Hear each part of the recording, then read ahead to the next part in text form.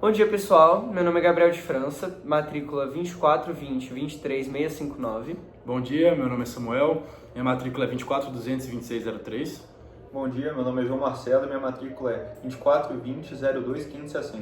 Bom, hoje a gente vai tratar da teoria geral do Estado, com enfoque maior sobre 3 autores bem importantes para essa área do conhecimento, que são George Jelinek, Hans Kelsen e Carl Schmitt. Bom, é isso. A gente vai fazer uma breve contextualização, depois falar da teoria deles e, por fim, vamos fazer um contraste com a realidade, com a atual sociedade. Bom, pessoal, hoje, como eu falei, eu vou introduzir a teoria geral do Estado do George Jelinek e tratar um pouco dos conceitos dele aqui hoje. Então, vamos lá. Antes disso, eu quero fazer uma breve contextualização do George Jelinek e do período que ele estava vivendo. O George Jelinek, ele viveu ali na segunda metade do século XIX, durante o segundo Reich alemão, ele era alemão. Então, ele vivenciou o período da unificação alemã.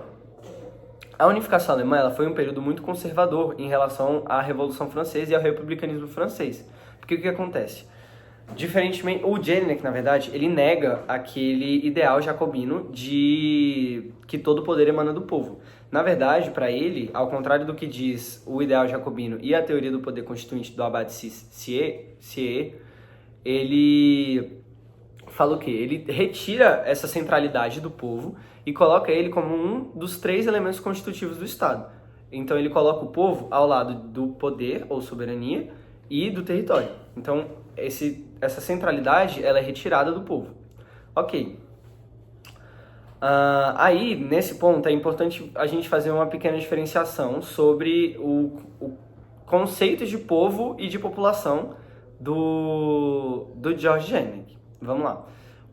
Para o Jelinek, a gente tem 2 aspectos do povo. Tem o povo como o aspecto objetivo do povo e o aspecto subjetivo do povo. Essa definição dele conversa muito com a definição do Rousseau, que traz os conceitos de sujet e de citoyen. Para o Jelinek, o aspecto objetivo do povo seria o que o Rousseau chama de sujet. Então, são aquelas pessoas que elas não têm participação ativa no Estado. Elas têm um caráter passivo frente à ordem estatal. Então, elas são simplesmente denominadas de súditos, que são aquelas pessoas que não têm qualquer tipo de reivindicação. E aí, por outro lado, a gente tem o aspecto subjetivo do povo, para o Jelinek, que diz, que conversa com essa definição de citoyen do Rousseau. Para eles, para o Jelinek, esse aspecto subjetivo ele seria aquelas pessoas que têm um caráter ativo de participação frente à ordem estatal. São aquelas pessoas que têm o usufruto e a reivindicação dos direitos públicos subjetivos, principalmente dos direitos políticos. Aí vamos lá, o que são os direitos políticos, os direitos públicos subjetivos? Eles vão muito além dos direitos políticos, que são essa capacidade de votar, enfim. Bom, então, e aí, a partir disso, a gente tem que entender o que são os direitos públicos subjetivos. Para o Jelinek, os direitos públicos subjetivos, eles são o fundamento do caráter corporativista do Estado. Ou seja, ele é aquilo que justamente confere o poder, o aspecto subjetivo, a participação ativa dos indivíduos do Estado. Então, para o Jelinek, o direito público subjetivo ele vai muito além do direito político. Ele vai muito além de votar, de exercer a sua cidadania dessa forma. Na verdade, o Jelinek acredita que o direito público subjetivo é a capacidade de você ativar a máquina estatal em prol da reivindicação dos seus direitos, da proteção dos seus direitos. É basicamente isso. Bom, então, como o meu colega Gabriel acabou falando, né, ele falou justamente desse aspecto sociológico que o Jelinek vai trazer para o conceito de Estado, que não é uma ideia original dele, digamos assim, é uma ideia que já foi tratada por vários autores prévios a ele. E aí é justamente nesse ponto que eu quero entrar, tratando primeiramente do Kelsen, né? O Kelsen, o ponto principal que ele vai se contrapor ao Jelinek e a outros autores que compartilham essa mesma corrente de pensamento, é de que existe um conceito sociológico, digamos assim, real, para explicar a existência do Estado. O que eu quero dizer com real, né, que é o termo que o Kelsen vai usar no texto dele também, é de que o Jelinek e vários outros autores também vão elaborar um conceito sociológico independente do conceito jurídico, ou seja, eles vão falar que existe um conceito sociológico que explica o Estado, existe um conceito jurídico que explica o Estado. E o Kelsen ele vai contrapor essa visão justamente a partir do momento que ele vai desenvolver a ideia de que Estado e direito, na verdade, não são coisas diferentes. Ele vai negar essa dualidade, tem um capítulo no livro que ele vai falar sobre isso, que ele vai negar essa dualidade entre Estado e direito. Porque o que ele vai falar é que o Estado se constitui a partir do momento que se constitui ordem jurídica, e não que eles são coisas diferentes. Então, se eles não são coisas diferentes, o Estado ele pode ser completamente explicado a partir do conceito jurídico. A gente não precisa falar de sociologia, a gente não precisa falar de um Estado social para explicar o Estado na concepção do Kelsen, né? Essa discussão toda é muito interessante porque vai trazer um problema que o Kelsen vai abordar, que são problemas, que na verdade é um problema que foi tratado anterior a ele, que ele vai buscar trazer uma reflexão, que é o problema de auto-obrigação do Estado, né? Esse problema ele surge a partir do momento em que existe uma separação entre Estado e direito, e que existe uma pessoa, um grupo de pessoas, e a gente pode observar isso muito bem, por exemplo, em estados absolutistas, e que esse grupo de pessoas, ou essa pessoa, ela representa o Estado na sua totalidade. A partir do momento que existe alguém representando o Estado na sua totalidade, que não a ordem jurídica, aí surge esse problema da auto-obrigação, né? Porque o direito e a ordem jurídica passa a emanar do Estado, né? Só que é justamente isso que o Kelsen vai negar, e é que ele vai botar um ponto final nesse problema, de que, na verdade, é um pseudo-problema, e que esse problema só surge a partir dessa dualidade, né? Então esse é um ponto interessante que o Kelsen vai tratar, e que é basicamente assim, o ponto principal que ele vai discorrer sobre o texto inteiro dele é essa ideia de negar o conceito sociológico. Ele vai dialogar muito com Weber, por exemplo, quando ele vai falar, quando ele vai, na verdade, citar tanto Weber quanto outros sociólogos e outros juristas também que conversam com a sociologia, que ele vai negar alguma dos argumentos principais que esses autores vão trazer quando eles vão falar de sociologia do Estado e de conceitos sociais do Estado. E uma que é a principal que eu quero trazer aqui, que é justamente a do Weber. Na verdade eu quero trazer duas. A primeira é o Estado que é definido enquanto suas interações, né? E o Kelsen ele vai negar justamente isso, porque as interações constitutivas do Estado não são específicas do Estado. E o que eu quero dizer com isso? De que podem existir pessoas, e isso com certeza se traduz no mundo real, que existem pessoas de estados diferentes que têm interações maiores entre si, pessoas do mesmo povo que compartilham o mesmo território do Estado, né? E a segunda, que é a interessante, que é justamente a do Weber, que é a ideia de dominação, né? O Weber vai falar sobre esse conceito dele de dominação, que é justamente quando a gente tem uma autoridade que tem o monopólio legítimo do uso da força, né, que exerce sua autoridade, sua influência sobre os outros, né? E o Kelsen ele vai negar isso justamente porque ele fala que, beleza, ele vai reconhecer a existência dessa autoridade e ele vai reconhecer a existência dessa dominação, mas ele vai falar que isso só existe a partir do momento que tem uma ordem jurídica que positiva a legitimidade dessa autoridade, seja ela de um grupo de pessoas, seja ela de uma pessoa só, né? Então, para resumir aqui rapidinho, para a gente entrar um pouquinho no Smith e falar um pouquinho sobre o povo, é justamente essa ideia que ele vai tentar inserir o conceito de povo. Porque ele vai falar muito pouco sobre o povo, afinal ele é um positivista, então o foco dele mesmo vai ser... ele é um cientista, né, como ele mesmo vai falar, o foco dele é o direito, e aí ele vai fazer uma ciência para analisar esse direito, e acaba que, na teoria dele, ele vai falar muito pouco sobre o povo, porque acaba que o povo entra muito na parte sociológica de análise, que é justamente o que o meu colega Gabriel tratou anteriormente, quando o Jelinek, vai falar sobre o povo dentro de um estado sociológico, né? Então, para o Kelsen, o povo, que é justamente a principal diferença do Jelinek, porque o Jelinek ele vai falar muito sobre a atuação do povo, sobre direito público subjetivo, sobre capacidade do povo de recorrer à jurisdição do Estado como proteção de sua cidadania, igual o Gabriel falou.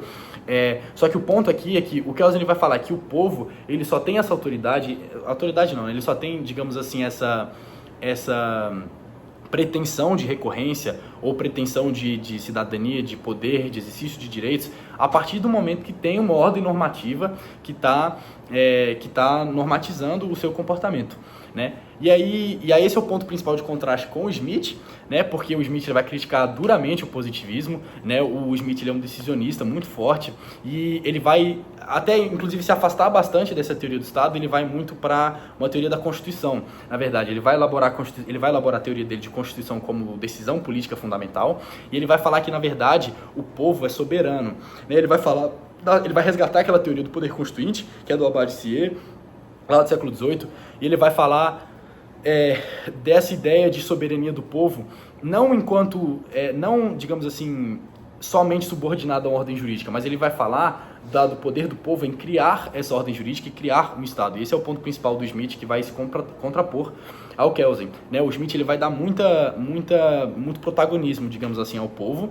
né? E ele vai vir, inclusive, dar as críticas dele à democracia, porque ele acha justamente que esse é o ponto principal, que meu colega João Marcelo vai tratar posteriormente também, quando ele for falar do povo nas democracias atuais, que é justamente uma das críticas que o Smith elabora, tanto a teoria positivista do Kelsen quanto as democracias, é que ele vai falar que em um sistema democrático, quando a gente tem uma grande institucionalização, ou, por exemplo, a gente tem um sistema bicameral também, a gente tem, que o Bentham vai falar disso também, sobre o sistema bicameral, o problema que a gente tem aqui é que o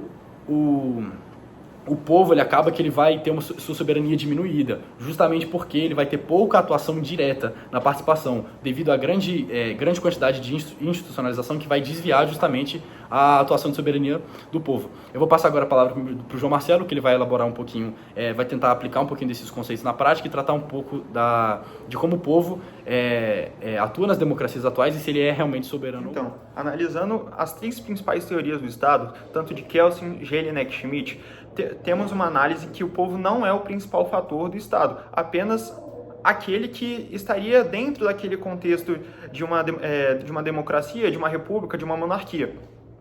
É somente Schmitt que parte de uma visão crítica dessa análise. Mas sobre isso não podemos ficar à parte do processo constitucional na construção do povo como papel ativo dentro do Estado. Voltando para os primórdios das constituições, temos então, por exemplo, a República Ateniense, ou a participação do povo na Grécia. O povo aqui não era elemento essencial para o Estado. Por quê? Porque somente quem tinha uma participação ativa eram aqueles que possuíam muitas terras, aqueles que eram cidadãos atenienses e estavam dentro de um contexto político que exigia tal participação. Por isso, perdurou durante muito tempo tal condição. Tanto que na Idade Média a gente não tem a participação do povo também, porque o direito exercido estaria muito vinculado àquela relação do senhor feudal com seus servos. E aqueles servos estariam intrínsecos e fariam parte daquela terra em que o senhor feudal exerceria seu poder. E essa dinâmica estava muito ligada aos diferentes ordenamentos jurídicos que estavam envoltos naquele sistema. Então, a gente tinha o rei como figura principal, mas só que dentro desse reinado existiriam diversas partes, diversas espécies de órgãos dentro daquele ordenamento. Então, o senhor feudal teria uma relação com seus servos, assim como o senhor feudal também tinha uma relação com o rei, com o monarca, e também tinha a igreja tendo um papel crucial na construção política da Idade Média. Partindo para o conceito moderno, temos uma mudança devido às principais revoluções liberais, como, por exemplo, o tratado por Emmanuel Joseph Sieyès, quando ele trabalha na sua obra O que é o Terceiro Estado. E o Terceiro Estado, então, surge com uma participação do povo, mas a pergunta que fica é, o povo tinha uma participação ativa? Porque esse Terceiro Estado normalmente eram os burgueses que possuíam muitas rendas, né? E com a República Jacobina isso também não mudou, porque apesar de ser uma república sangrenta que pregava a participação do povo, o povo não tinha acesso aos meios para participar ativamente das decisões políticas. E trazendo para o contexto brasileiro, a primeira Constituição brasileira, em 1824, foi outorgada, sequer teve uma participação dos próprios aristocratas. O monarca, ele impôs aquela Constituição e assim foi, tanto que foi a Constituição que durou mais tempo ao longo da nossa história. Porém, foi somente em 1891 que com o modelo republicano que o povo passa a ter uma pequena participação, e nem era uma participação expressiva. Isso durou durante um período, e aqui a gente pode analisar também as próprias eleições para entender como é que o povo participava, né? Existia muito aquela questão do voto de cabresto, a participação da República do Café com Leite, em que somente determinados políticos adentravam dentro das decisões. Então era muito nebuloso o processo eleitoral e o processo de participação dentro desse contexto. Então, em 1930, né, Vargas chega ao poder. Também não temos uma participação muito grande do povo, apesar que em 1934, quando ele cria uma Constituição, né, que seria apenas uma Constituição de fachada, porque Vargas atuou muito por meio de decretos, o povo começa a ter uma participação, como, por exemplo, o voto da mulher, uma criação na justiça eleitoral, não que tivesse muito papel dentro de um contexto democrático, né? Porque, como eu disse anteriormente, Vargas ele ia usar a Constituição da maneira que ele quisesse, de todo esse modelo, né? Então, foi assim que se perdurou durante todos os tempos, e em 46, ou até mesmo com o início da ditadura militar, o povo fica a parte das decisões.